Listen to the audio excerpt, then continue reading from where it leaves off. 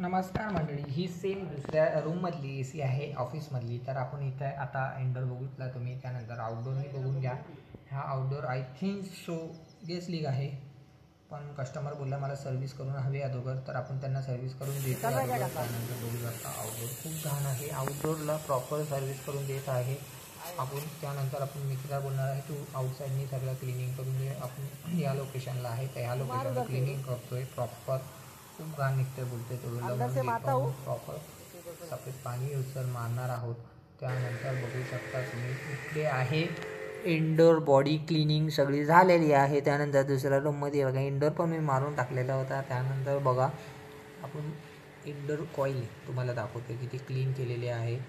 आणि ओपन केल्यानंतर bag काढल्यानंतरची indoor coil बघा. त्यानंतर मशीन चेक केली, चालू करून चेक केली तर 24 टेम्परेचर ठेवलेलं आहे. आउटडोर युनिट आपला चालू झालेला आहे. चार्जिंग लाईन गेज पण आपण लावलेली आहे. ॲक्च्युली स्टँडिंग प्रेशर कॉम्प्रेसर चालू झालेला आहे.